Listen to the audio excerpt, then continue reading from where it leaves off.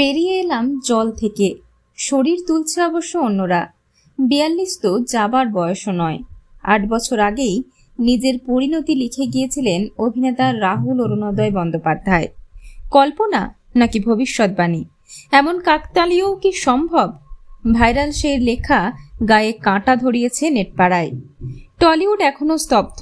জনপ্রিয় অভিনেতা রাহুল অরুণোদয় বন্দ্যোপাধ্যায়ের আকস্মিক মৃত্যু যেন মেনে নিতে পারছেন না কেউই। আজ থেকে 8 বছর আগে 2018 সালে আর্টিস্ট ফোরামের একটি পত্রিকায় প্রকাশিত হয়েছিল রাহুলের লেখা বান্ধবীরা। সেখানে তিনি লিখেছিলেন, মৃত্যুর পর নিজেকে বেশ রাজকীয় লাগছে আমার। এমনিতেই মৃত্যুটা বেমক্কা হয়েছে।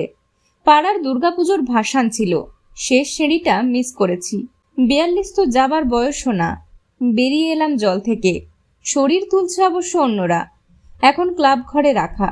হঠাৎ করে পাড়ার সবাই এমন ভিড় করে দেখছে যেন আমি কোনো সেলিব্রিটি, অথচ আমি কেউ নই।